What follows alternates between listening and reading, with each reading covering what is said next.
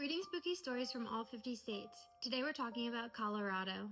Tucked in the mountains just off I-70, between Georgetown and the high pass that leads towards Loveland, sits the tiny old mining town of Silver Plume. These days it's quiet. A few shops, a cafe, and the sound of freight trains echoing through the canyon.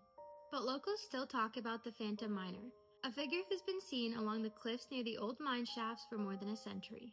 It started in the late 1800s, when two partners, Clifford Griffin and John Cameron, worked a silver claim high above town.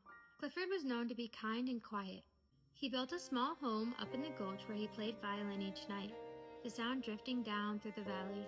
According to local stories, Clifford's fiancée died before they could marry, and after that he kept mostly to himself. He worked long hours in the mine, and every night he'd stand at the mouth of the shaft and play the same song, echoing down into it. One night, the music stopped abruptly. Miners who went up the next morning found Clifford unalived, shot through the heart near the entrance of the mine. A note beside him said only, "She waits for me."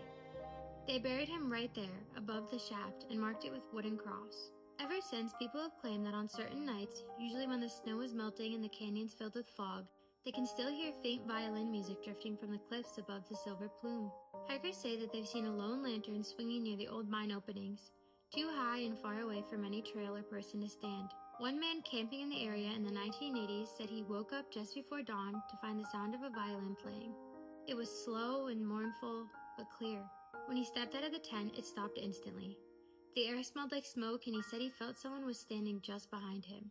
Locals don't treat it like a scary story, more like a memory that never left the mountain. They say Clifford still plays when the weather turns quiet, watching over the valley and the mine that took his life. If you ever spend a night in Silver Plume and hear a violin floating down from the dark hills, don't go looking for it. The song always ends the moment someone tries to follow the sound. That was Colorado. I hope you guys enjoyed that. If you did, please like and comment. If you want your state put on the list to do next, please put it in the comments below. Also, if you guys have any scary stories you want to share with me, please send them to me. I'm going to be reading all of them after my 50 state series. Thanks for watching.